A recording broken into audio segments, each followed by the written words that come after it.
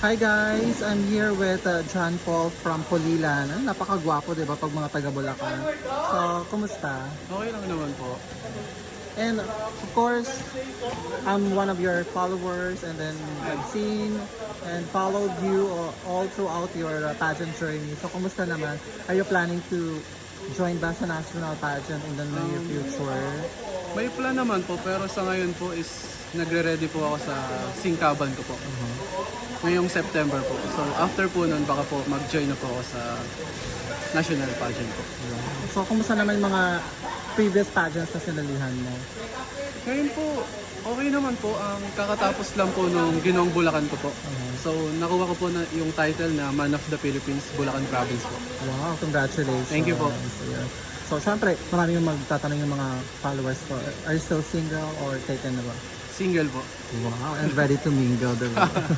Are you still studying aside Yes from po, joining yes. pageant? Yes po. Incoming third year na po. Anong course mo? Tourism po. Tourism.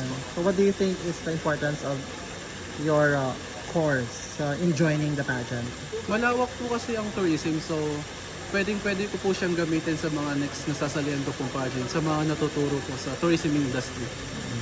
Wow, ready na si Yes po. John Paul. Anyway, do you have any social media platforms to promote? Follow niyo po ako sa Facebook ko po, John Paul Gabriel. Sa IG ko po, I am J2 Gabriel. And sa TikTok ko po is Paul Gabriel po. Ayun. Thank you, John Thank you po. Paul.